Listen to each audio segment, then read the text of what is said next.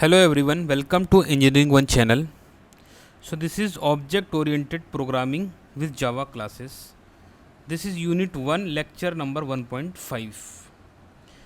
सो इस वीडियो में हम लोग तीन टॉपिक के बारे में डिस्कस करेंगे. First one is static in Java, final in Java and variables in Java. Okay, so चलते हैं अपनी स्लाइड की तरफ. फर्स्ट टॉपिक हमारा क्या है? Static in Java. So we can create a member like methods or variable that works on its own without needing an object. यानी कि हमें अब जब भी हम कोई एक मेथड बनाते हैं, मैंने बताया हुआ पहले वीडियो में, मेथड मीन्स फंक्शन बनाते हैं. हम लोग मेथड बनाते हैं या फिर कोई वेरिएबल लेते हैं, तो उसके अगर हम स्टैटिक यूज़ नहीं करते हैं, अगर उसको कॉल करना होता है तो हमें एक ऑब्जेक्ट की नीड पड़ती है. ऑब्जेक्ट के थ्रू हम उस मेथड या वेरिएबल को कॉल करते हैं या फिर उसको यूज़ करते हैं वेरिएबल्स को. ठीक है, तो जब भी हमने उस मेथड को स्टैटिक बनाया, अगर उस मेथड को हमने स्टैटिक बनाया है, तो हमें विदाउट नीडिंग एन ऑब्जेक्ट, मैंने विदाउट ऑब्जेक्ट के थ्रू हम लोग डायरेक्ट मेथड को एक्सेस कर सकते हैं या फिर वेरिएबल को यूज़ कर सकते हैं. To do this we use the word static before the declaration. यानी कि जब भी हम मेथड को बनाएंगे, ऐसे स्टैटिक मेथड को बनाएंगे या वेरिएबल को, तो हम लोग कौन सा कीवर्ड यूज़ करेंगे? स्टैटिक कीवर्ड को यूज़ करेंगे. Okay, a static member can be used even before any object of the class are created. यानी कि जो भी हम लोग क्लास के अंदर स्टैटिक मेंबर बनाते हैं, यानी स्टैटिक मेंबर मेथड बनाते हैं, तो हम लोग without any creating an object of this class, यानी उस क्लास का ऑब्जेक्ट क्रिएट करने से पहले ही हम लोग उसे एक्सेस कर सकते हैं.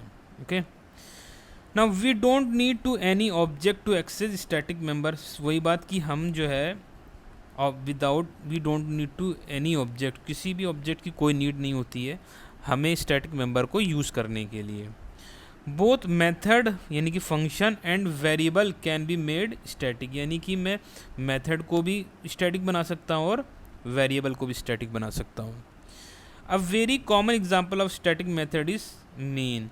यानी कि हम लोग हर प्रोग्राम में हम देखते हैं कि पब्लिक स्टैटिक वॉइड मेन लिखते हैं, है ना. Public static void main function बनाते हैं. तो मेन फंक्शन को हम लोग एक स्टैटिक फंक्शन बनाते हैं बिकॉज हमें मेन फंक्शन के लिए ऑब्जेक्ट की बनाने की नीड नहीं होती है. अपने भी देखने आगे भी प्रोग्राम में देखोगे कि उसमें ऑब्जेक्ट नहीं बनाते जब भी हम लोग मेन फंक्शन बनाते हैं. ओके, तो ये वेरी कॉमन एग्जांपल है स्टैटिक मेथड का. Main is a made static because it need to run first before any object are made. यानी कि उस ऑब्जेक्ट बनाने से पहले ही हमें सबसे पहले क्या रन होता है? वो स्टैटिक मेथड यूज़ होता है. मेन जो मेथड हमारा वो यूज़ होता है बिकॉज वो क्या है? स्टैटिक मेथड है. Okay okay, now static variable जो होता है वो हमारे एक ग्लोबल वेरिएबल की तरह होता है. तो जैसे कि वेरिएबल, अगर आपको पता होगा वेरिएबल क्या होता है, एक कंटेनर के अंदर हम लोग वेरिएबल बनाते हैं जिसके अंदर वैल्यू होती है. तो जब भी हम लोग स्टैटिक वेरिएबल बनाते हैं तो हमारे पास एक मेमोरी एलोकेट होती है. ओके, और उस मेमोरी के अंदर ही हमारी वैल्यू जो है अपडेट होती है. मान लो कि मैंने a=5 दे दिया और बाद में मैंने इसी वेरिएबल को स्टैटिक बनाया हुआ है और मैंने a=10 दे दिया, तो 5 में ही यहीं पर उस अलग ऑब्जेक्ट के लिए हमारा यही वाला मेमोरी यूज़ होगा. 5 की जगह क्या होगा? 10 होगा अलग ऑब्जेक्ट के लिए. यहाँ पे ये इंपॉर्टेंट बात है कि अलग अलग दो ऑब्जेक्ट बनाए बट हमने स्टैटिक किया हुआ है ए को, तो क्या होगा? हमारा इसी मेमोरी में होगा. बट हम लोग अगर इंस्टेंस वेरिएबल की बात कर रहे हैं तो उसके लिए अलग अलग मेमोरी क्रिएट होंगी. यानी कि एक ऑब्जेक्ट के लिए एक मेमोरी, दूसरे ऑब्जेक्ट के लिए दूसरी मेमोरी होती है. बट यहाँ पर क्या बोल रहे हैं हम लोग? स्टैटिक वेरिएबल कैसा है? ग्लोबल वेरिएबल है. यानी कि एक ही वेरिएबल, एक ही मेमोरी स्पेस होगा, वहाँ हम चेंज कर सकते हैं. When you create object of a class no new copy of static variable is made. Means वही कि ऐसा नहीं है कि हमने जब भी ऑब्जेक्ट बनाया तो ऐसा नहीं है कि उसके स्टैटिक वेरिएबल के लिए कोई और कॉपी, अलग कॉपी होगी. उसी में ही आपका अपडेट होगा। Okay, all objects share the same static variable, यानी हर एक ऑब्जेक्ट जो है उसी मेमोरी को, उसी स्टैटिक वेरिएबल को यूज़ करेगा। हर एक ऑब्जेक्ट, चाहे ऑब्जेक्ट 1 बनाया, ऑब्जेक्ट 2 बनाया, ठीक है, ऑब्जेक्ट 3 बनाया, तो किसे करेगा, एक ही स्टैटिक अगर बनाया हो वेरिएबल तो ये भी इसी को यूज़ करेगा, ये भी इसी को यूज़ करेगा और ये भी यूज़ करेगा। अगर ऑब्जेक्ट 1 ने उस वेरिएबल को चेंज किया है तो भी चेंज होगा, ऑब्जेक्ट 2 ने किया तो नया होगा, ऑब्जेक्ट 3 ने किया तो नई वैल्यू अपडेट हो जाती है। Okay okay, now they can directly call only other static method of the classes, यानी कि अगर उस क्लास के अंदर हम लोग उस स्टैटिक मेथड को डायरेक्टली कॉल कर सकते हैं। अभी हम एग्जांपल में देखेंगे कि स्टैटिक जो मेथड बनाया हमने क्लास के अंदर उसको हम लोग डायरेक्ट यूज़ कर सकते हैं, बट अभी मैं विद इन द क्लास की बात कर रहा हूँ।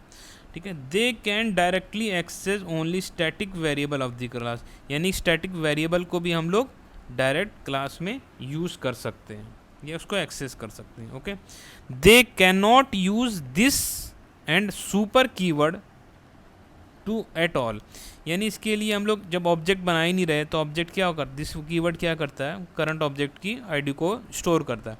तो हम लोग ऑब्जेक्ट की नीड तो बन ही नहीं रही है मेथड के अंदर, या फिर मेथड के लिए या फिर वेरिएबल के लिए, तो हम लोग दिस कीवर्ड का यूज़ नहीं होता है। एंड सुपर होता हमारा इनहेरिटेंस के लिए यूज़ करते हैं हम लोग, आगे भी देखेंगे सुपर क्या होता है, बट अभी ये जानो कि यहाँ पे क्या होता है कि हम लोग we can not use this and super keyword for this static method या फिर स्टैटिक वेरिएबल।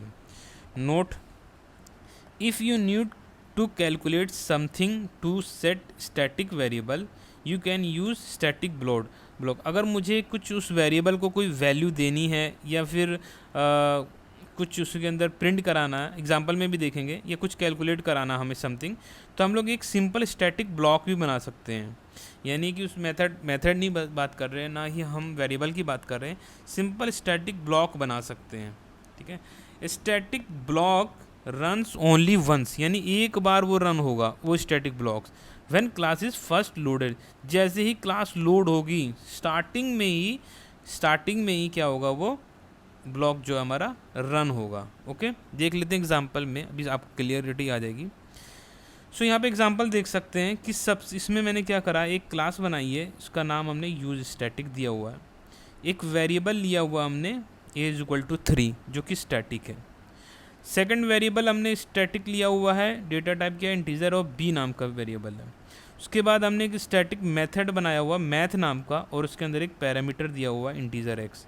ठीक है, ये इसका ब्लॉक हो गया। नाउ जैसे मैंने अभी डिस्कस किया, स्टैटिक ब्लॉक, सिर्फ स्टैटिक ब्लॉक है, तो सबसे पहले कौन सा रन होगा, ये वाली लाइन रन होगी, बिकॉज ये क्या मेरा स्टैटिक ब्लॉक है। और हमने अभी देखा यहाँ पे क्या है, static block runs only once when it class is first loaded. Okay, so यहाँ पे देख सकते हैं सबसे पहले ये रन होगा, तो सबसे पहले लाइन में क्या है, system dot out dot print L, तो हम सबसे पहले क्या प्रिंट करेगा, स्टैटिक ब्लॉक इनिशियलाइज। तो देखिए आप लोग का ये आउटपुट है, स्टैटिक ब्लॉक इनिशियलाइज आउटपुट पे आ गया। नेक्स्ट क्या होगा, हमारा मेन फंक्शन चलेगा, क्योंकि स्टार्ट एग्जीक्यूशन कहाँ से स्टार्ट होता है, मेन फंक्शन से स्टार्ट होता है। तो हमने क्या करा, public static void main string arcs. Okay, हमने यहाँ पे एक मेथड को कॉल कराया हुआ है मैथ 42। अब देखिए हमने यहाँ डायरेक्टली कॉल कराया हुआ है, डायरेक्टली कॉल इसलिए कराया हुआ, हमने इसका ऑब्जेक्ट भी नहीं बनाया हुआ है ना, ऑब्जेक्ट भी नहीं बनाया हुआ, तो हमने डायरेक्ट कहाँ को कॉल किया है, मैथ को कॉल किया हुआ है। मैथ के अंदर आएंगे, मैथ में क्या है, सबसे पहला SOP यानी system dot out print l n x is equal to plus x, यानी कि एक्स की वैल्यू क्या आ जाएगी हमारे पास 42, क्योंकि पैरामीटर क्या है, ये कहाँ पे जा रहा है, यहाँ पे आ रहा है। तो हमारा पहला क्या प्रिंट हो जाएगा 42। Again system dot out dot print l n a is equal to, यानी a is equal to plus, यानी कि इसको कंटिनेट किया हुआ है, और ए की वैल्यू हमने कहाँ से उठाई, यहाँ से, जो कि स्टैटिक है, इसलिए हम लोग इसको डायरेक्टली यूज़ कर रहे हैं। अभी यहाँ पे हमने किसी ऑब्जेक्ट बना करके उसको एक्सेस करने की कोशिश नहीं करी है, तो यहाँ पे क्या हुआ, हमारा डायरेक्ट एक्सेस हुआ है, यानी ए की वैल्यू क्या प्रिंट हो गई, हमारे पास 3 प्रिंट होगी। नेक्स्ट लाइन क्या है, system dot out dot print l n, तो यहाँ पे क्या हो जाएगा, b is equal to b, और b की वैल्यू क्या है, जब हमने स्टैटिक ब्लॉक करा था तो बी की वैल्यू यहाँ पर कैलकुलेट होकर आई थी, तो बी की वैल्यू क्या हो जाएगी, ए की वैल्यू जो है यानी ए की वैल्यू 3 × 4 यानी कि क्या हो गई थी 12, यानी बी की वैल्यू स्टैटिक में मैंने बताया था ए की मेमोरी होगी, तो बी की वैल्यू क्या हो गई थी यहाँ पे 12 हो गई, तो यही वाली वैल्यू क्या होगी हमारी प्रिंट होगी, तो आउटपुट क्या आएगा हमारे पास 12 आ जाएगा। ओके ओके, नाउ थोड़ी सी और चीज़ देख लेते हैं। जैसे कि अभी हमने बताया कि ये विद इन द क्लास थी, ये क्लास के अंदर स्टैटिक था, तो पहले स्टैटिक ब्लॉक हुआ, फिर इसके बाद स्टैटिक मेथड भी बना दिया वेरिएबल। बट हम आउट ऑफ द क्लास अगर हमें किसी को एक्सेस करना है तो कैसे करेंगे, if you want to call a static method from outside its class you use this format, यानी कि सबसे पहले क्या करेंगे, क्लास का नेम होगा, देन मेथड को अगर एक्सेस करना तो मेथड का नेम होगा। इस तरीके से हम लोग यूज़ करेंगे अगर मैं आउटसाइड ऑफ द क्लास से उस मेथड को एक्सेस करना चाहता हूँ, यानी कि स्टैटिक को एक्सेस करना चाहता हूँ। ओके, तो क्या होगा, क्लास का नेम एंड, यानी ऑब्जेक्ट तो बना नहीं रहा है बट इनडायरेक्टली ये ऑब्जेक्ट की तरह ही, जैसे हम ऑब्जेक्ट बनाते हैं ऑब्जेक्ट की तरफ फिर रेफरेंस करते हैं, तो वैसे ही हमने क्या करा, डायरेक्ट क्लास का नेम और मेथड का नेम से एक्सेस कर सकते हैं। Okay, class name means the name of the class where the static method is return, यानी क्लास का नेम मतलब क्लास का नेम और वो क्लास का नेम जहाँ पे स्टैटिक मेथड प्रेजेंट होगा उसके अंदर। This way of calling is similar to how call non static method using object. अब जब नॉन स्टैटिक मेथड को कॉल करना होता था तो हमें क्या नीड पड़ती थी, ऑब्जेक्ट की नीड पड़ती थी। तो सिमिलर है कि हमने यहाँ पे स्टैटिक बनाया हुआ है बट ऑब्जेक्ट में भी ऑब्जेक्ट बनाते तब कॉल करते, बट यहाँ पे क्या है, हम लोग सिमिलर की क्लास का नेम से एक्सेस कर रहे हैं। But here no object is needed, you can also access static variable the same way, यानी स्टैटिक वेरिएबल को भी हम लोग सेम वे से एक्सेस कर सकते हैं, यानी क्लास का नेम विद डॉट, यही क्लास का नेम और डॉट लगाएंगे एंड देन उस वेरिएबल को यूज़ कर सकते हैं। Okay, Java uses this method to control how global method and global variable are used. तो ये है कि हम लोग जो है कैसे जावा जो है इस मेथड को कंट्रोल कैसे करता है कि ग्लोबल जो मेथड बनाया हमने, यानी कि स्टैटिक क्या हुआ, ग्लोबल की तरह वर्क कर रहा है, या ग्लोबल वेरिएबल को कैसे यूज़ कर सकते हैं हम लोग। ओके, नाउ एग्जांपल में देखेंगे, हमने यहाँ एक क्लास बनाई हुई है। ओके, एक स्टैटिक नाम का हमने सम नाम का एक मेथड बनाया हुआ जिसके अंदर 2 पैरामीटर है, इंटीजर ए और बी है। तो जैसे हम लोग पहले हमने देखा भी है कि हम लोग सबसे पहले क्या करेंगे, एक इस ब्लॉक को एग्जीक्यूट कराएंगे क्योंकि ये स्टैटिक ब्लॉक है। तो जैसे ही क्लास लोड होती है तो सबसे पहले स्टैटिक ब्लॉक होता है, सबसे पहले क्या प्रिंट होगा, I am static block, I am static block. Now main function, ये क्लास हमने बनाई हुई है, ठीक है, एक मेन नाम की क्लास बनाई हुई है, उस क्लास के अंदर हमने मेन फंक्शन बनाया हुआ है। ठीक है, अब हम लोग क्या कर रहे हैं, ये एक क्लास है और एक ये क्लास है, तो हम लोग आउटसाइड ऑफ द क्लास में क्या कर रहे हैं, इसको कॉल कराने की कोशिश कर रहे हैं। तो हमने जैसे बताया कि क्लास का नेम डॉट एंड मेथड का नेम, यानी 10 और 20 पास कर रहे हैं। तो क्लास का नाम कहाँ है, यहाँ पर है। ओके, और मेथड कहाँ पे है, इसके अंदर, जो कि स्टैटिक है। तो हमने जैसे रूल बताया, तो ये क्या करेगा, ये यहाँ पे कॉल करेगा। तो यहाँ से ए की वैल्यू क्या आ जाएगी 10 और बी की वैल्यू क्या आ जाएगी 20। ओके, सो इसमें अंदर अब प्रिंट करा रहे, तो ए की वैल्यू हमारी क्या आई थी, स्टार्टिंग में 10 आई थी। ओके, 10 प्रिंट हो जाएगी। अगेन मेरा यहाँ पे क्या आएगा, बी की वैल्यू क्या आ जाएगी 20, तो 20 प्रिंट हो जाएगा। और सम की वैल्यू मैंने क्या कर दी, ए प्लस बी कर दी, यानी सम की वैल्यू क्या आ जाएगी 10 + 20। तो आई होप कि क्लियर होगा कि हमें अदर क्लास से अगर किसी को डायरेक्ट एक्सेस करना है स्टैटिक को, तो क्लास का नेम और स्टैटिक मेथड का नेम और उसके अंदर पैरामीटर से हम लोग कॉल कर सकते हैं।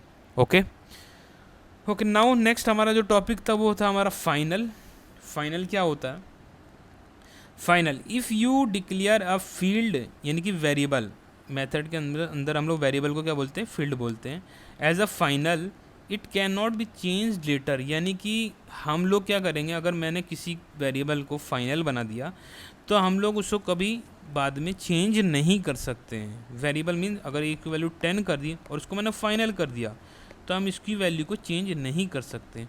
बट स्टैटिक बनाते हैं तो इसकी वैल्यू चेंज हो जाती है, क्योंकि ए की मेमोरी को यूज़ करता है हर जगह स्टैटिक में, बट फाइनल कर दिया तो उसकी वैल्यू चेंज नहीं कर सकते। It makes the field constant हो जाती है उसकी value, meaning its value stays the same forever. Okay, you must give a value to final field when you declare it, यानी कि सब देख लेते हैं कैसे हम लोग एक फाइनल फील्ड को अगर हमें कुछ वैल्यू देनी है तो कैसे देते हैं।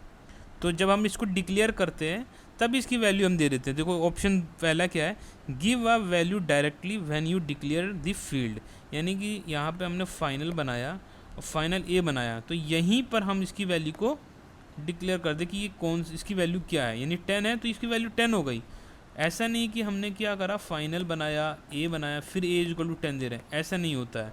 हम डिक्लेयर के टाइप पे कि जो इंटीजर टाइप का डेटा होगा ये मान लो, तो इसी टाइम पे हम लोग क्या करेंगे, उसकी वैल्यू को डिक्लेयर करेंगे। ओके, सेकंड ऑप्शन क्या है, give a value inside a constructor, यानी कि उसके लिए क्या बनाना पड़ेगा, हमें एक कंस्ट्रक्टर बनाना पड़ेगा और उस कंस्ट्रक्टर के आगे अंदर जो है उस वैल्यू को हम लोग इनिशियलाइज कर सकते हैं। ये special method use to create object, लेकिन मोस्टली हम लोग क्या करते हैं कि जब भी हम लोग उसको डिक्लेयर करते हैं उस फील्ड को, तभी हम लोग उसकी वैल्यू को इनिशियलाइज कर सकते हैं, उसकी वैल्यू दे सकते हैं।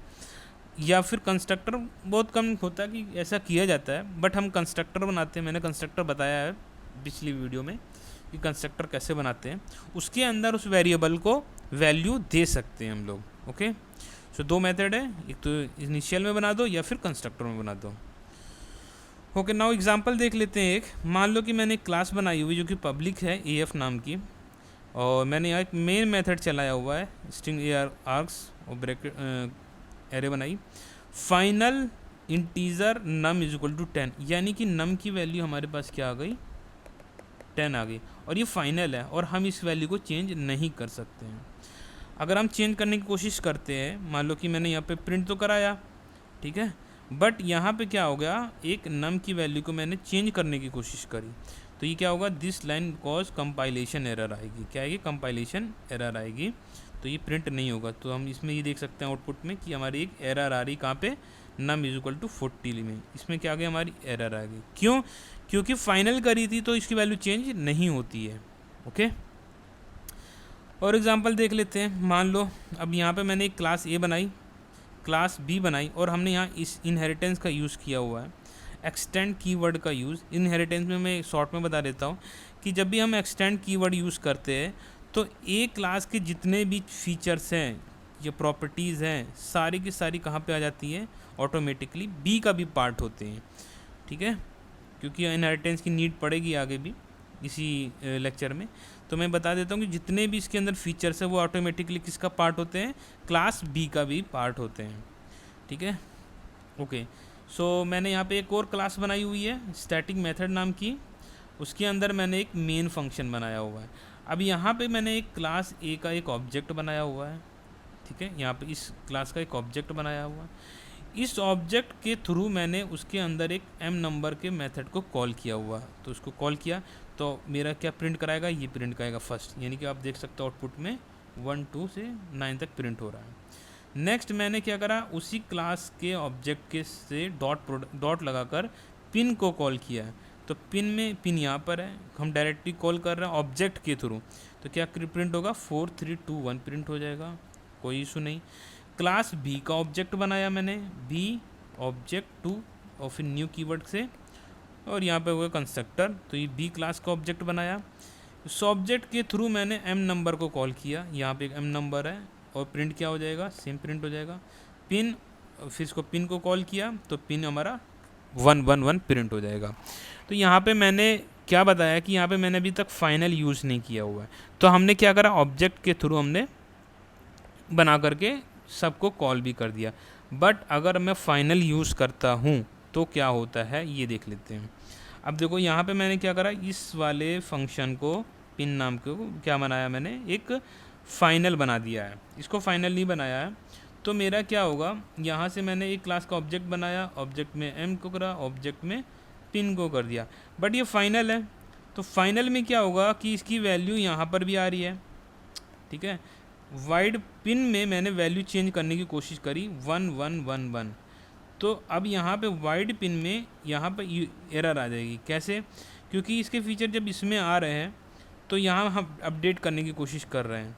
अच्छा, यहाँ मेथड ओवरराइडिंग हो रही है, आगे भी देख लेंगे हम लोग ओवरराइडिंग क्या होती है। कि ओवरराइडिंग में क्या होता है, सेम नेम का मेथड का नाम होता है और सेम आर्गूमेंट भी होते हैं। तो यहाँ पे क्या हो रही है, ओवरराइडिंग। ओवरराइडिंग मीन्स जो हमने यहाँ पर मेथड बनाया है उसको हम लोग वैल्यू कुछ ना कुछ चेंजेस कर रहे हैं, या उसकी वैल्यू को हम लोग चेंज कर रहे हैं, उसमें पूरा ओवरराइड कर रहे हैं उस मेथड को। तो मैं यहाँ करने की कोशिश कर रहा हूँ बट हम नहीं कर सकते। तो यहाँ पे क्या हो रहा है, कंपाइलेशन टाइम एरर आ जाएगी, क्योंकि वो क्या हमारा एक फ़ाइनल है। तो एक चीज़ हमें यहाँ से पता चल रही है कि हम लोग इसमें अगर फाइनल है तो ओवरराइड भी नहीं कर सकते हैं। ये क्लियर होनी चाहिए बात, ठीक है।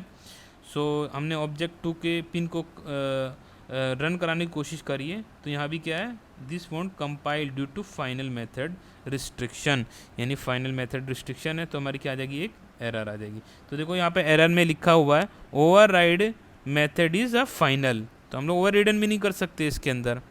Okay okay, now last topic क्या था हमारा उसमें इस लेक्चर में, वेरिएबल्स।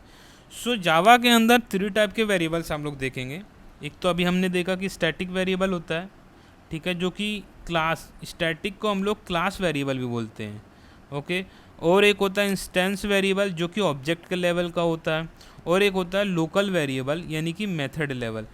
जो स्टैटिक वेरिएबल है वो तो क्लास के अंदर होता है, जो इंस्टेंस वेरिएबल होता है उसको हम लोग ऑब्जेक्ट के थ्रू कॉल करते हैं। स्टैटिक को मैंने बताया अभी भी डायरेक्ट कॉल करते हैं, बट इसको ऑब्जेक्ट के थ्रू कॉल करते हैं, ठीक है। और लोकल वेरिएबल किसी मेथड के अंदर हो सकता है, किसी ब्लॉक्स के अंदर हो सकता है। ओके, जैसे स्टैटिक बनाया स्टैटिक कीवर्ड का यूज़ करके, और यहाँ पे मैंने एक इंस्टेंस वेरिएबल बनाया हुआ जो कि क्लास के अंदर है। अच्छा, ये कभी ये मत सोचना कि ये लोकल वेरिएबल है। लोकल वेरिएबल किसी मेथड के अंदर होगा। मान लो ये मेन मेथड है, इसके अंदर जो बना हुआ है ये क्या होगा, हमारा लोकल वेरिएबल होगा। ये लोकल वेरिएबल नहीं होगा, नेम सेम लग रहा है, इंटीजर c इक्वल टू 10 है, इंटीजर इज इक्वल टू 10 है, सेम लग रहा, कोई कीवर्ड यूज़ नहीं है। बट क्लास लेवल पर अगर हम देखेंगे तो ये इंस्टेंस होता है। इंस्टेंस वेरिएबल में क्या होता है, हर एक ऑब्जेक्ट के लिए अलग अलग मेमोरी बनती है। ओके, और लोकल वेरिएबल लोकली कहीं यूज़ कर सकते हैं हम लोग। ओके, स्टैटिक के लिए एक ही मेमोरी ब्लॉक होती है, तो उसी में हम चेंज भी कर सकते हैं, तो अपडेट भी हो जाता है ये। बट ये ऑब्जेक्ट के थ्रू कॉल होता है, यानी कि हर एक ऑब्जेक्ट का अगर चेंज कर सकते हैं तो वैल्यू अलग अलग होगी उसकी। नाउ एग्जांपल देख लेते हैं कि हमने एक क्लास बनाई, इसके अंदर एक स्टैटिक वेरिएबल बनाया हमने b इक्वल टू 20। ये इंस्टेंस वेरिएबल है, क्लास के अंदर है। मेन फंक्शन बनाया और उसके अंदर इंटीजर इज इक्वल टू 10 कर दिया। अब मैंने इस क्लास का एक ऑब्जेक्ट बनाया हुआ है, ये ऑब्जेक्ट बनाया हुआ है, और इस ऑब्जेक्ट में हम लोग अगर ए को एक्सेस करना चाह रहे हैं यानी कि लोकल को, तो सीधे system dot out dot println करके ए को करोगे तो आउटपुट क्या आएगा, हमारा 10 आ जाएगा। बट मुझे अगर स्टैटिक को करना हो तो जैसे मैंने बताया हुआ था कि मेथड का नेम हाँ, जैसे स्टैटिक को करना हो तो मेथड का नेम लगा दो। अच्छा, मैंने ऑब्जेक्ट भी बनाया तो इसके थ्रू भी कर सकते हैं। बाकी अदर क्लास में हम लोग जो है डायरेक्ट भी कर सकते हैं, यानी कि मेथड का नेम डॉट बी, और बी क्या हमारा स्टैटिक है, तो ए के अंदर हमारा बी क्या है 20, तो आउटपुट क्या आ जाएगा हमारे पास 20। यानी कि हमने इससे एक्सेस कैसे किया है, वाया क्लास नेम के, जैसे मैंने स्टैटिक बताया था अभी पिछले स्लाइड में, तो हम लोग वाया क्लास के थ्रू हमने इसको एक्सेस किया हुआ है। बट यहाँ पे क्या हुआ है, अच्छा ये ऑब्जेक्ट बनाया हुआ तो रेफरेंस उसका क्या है, REF वेरिएबल लिया हुआ है। तो हमने इंस्टेंस को करना है, तो जो ऑब्जेक्ट बनाया हुआ हमने रेफरेंस डॉट सी, तो रेफरेंस कि इस ऑब्जेक्ट के थ्रू हमने सी को एक्सेस करा है, तो ये क्या हो गया, हमारा आउटपुट 30 आ जाएगा। यानी एक्सेस कैसे हुआ, ये ऑब्जेक्ट के। तो हमने 3 चीज़ें देखी कि लोकल को हम लोग डायरेक्ट प्रिंट करा रहे हैं, स्टैटिक को हम लोग वाया क्लासेस के थ्रू करा सकते हैं, और लास्ट इंस्टेंस हमारा कैसा है, ऑब्जेक्ट के थ्रू हम लोग यूज़ कर सकते हैं। ओके, नाउ एक एग्जांपल और देख लेते हैं हम लोग यहाँ पे क्या कर रहे हैं, लास्ट है। इस एग्जांपल में देखते हैं क्या कर रहा है। हमने क्लास ए बनाई हुई है और हमने यहाँ पे एक मेथड बनाया हुआ मेन नाम का, और यहाँ पे एक ऑब्जेक्ट बनाया है इस क्लास का ए, उसका नाम दे दिया हमने R, new keyword, and then constructor बनाया हुआ। तो ये हमारा एक ऑब्जेक्ट बन गया क्लास ए का। अब हमने क्या करा, उस क्लास के अंदर एक फंक्शन नाम का एक मेथड बना हुआ है, तो हमने उस ऑब्जेक्ट के थ्रू फंक्शन को कॉल किया हुआ है। तो ये फंक्शन हमारा यहाँ पे जाएगा, इंटीजर b इक्वल टू 10 लिखा हुआ है, तो यहाँ पे क्या ये लोकल है, तो b की वैल्यू क्या हो जाएगी हमारे पास 10 हो जाएगी। यहाँ पे प्रिंट होगा क्या है, a और b दोनों प्रिंट हो रहा है, तो a की वैल्यू क्या हमारे पास स्टैटिक है, तो a की वैल्यू हमारे पास क्या आ जाएगी 10। तो फर्स्ट टाइम में क्या हुआ हमारा, a की वैल्यू 10 और 10 प्रिंट हो गई। ओके, नाउ मैंने क्या करा, यहाँ पे एक प्री इंक्रीमेंट लगाया हुआ ऑपरेटर है ये, तो इंक्रीमेंट में क्या होगा, a की वैल्यू क्या हो जाएगी 11 और b की वैल्यू क्या हो जाएगी, वो भी क्या हो जाएगी 11, यानी a इक्वल टू a+1 यानी 10 + 1 क्या हो गया 11, और b की वैल्यू क्या हो जाएगी 11 हो जाएगी। फिर हमारा जो पॉइंटर वो कहाँ आएगा, दोबारा से आ जाएगा हमारा कर्सर यहाँ पे, उसके बाद दोबारा से r.fun को यू रन करा रहा, सेकंड टाइम हमारा रन करा रहा। जब सेकंड टाइम यहाँ पे करा रहा, अभी हमारी वैल्यू क्या थी, a की वैल्यू क्या थी 11 और b की वैल्यू 11 थी, ये रिमेंबर रखना। बट यहाँ पे क्या ये लोकल है, तो लोकल में क्या होगा, b की वैल्यू क्या हो जाएगी अगेन से 11 से क्या हो जाएगी 10 हो जाएगी, ठीक है, अगेन से क्या हो जाएगी हमारी 10 हो जाएगी। बट जो स्टैटिक थी, मैंने बताया था स्टैटिक में एक मेमोरी यूज़ करता, और स्टैटिक में क्या था उसकी वैल्यू 11 थी। ओके, स्टैटिक में थी उसकी वैल्यू 11 थी, तो मैंने क्या बताया था, बट सॉरी यहाँ पे क्या होगा, b की वैल्यू जो 11 हुई थी वो 11 ही रहेगी, b की वैल्यू जो थी वो क्या हो जाएगी हमारी 11, और a की वैल्यू क्या थी हमारे पास 11 हो गई थी जो कि स्टैटिक है।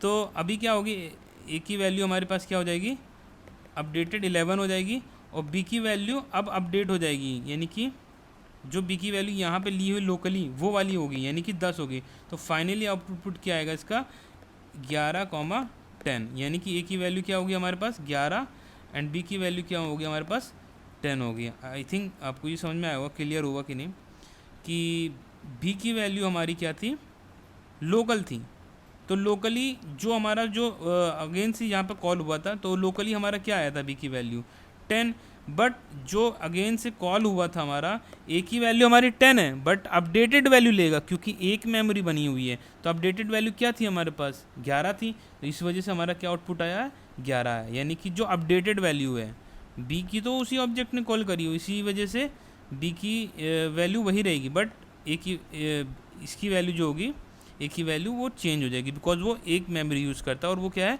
स्टैटिक है।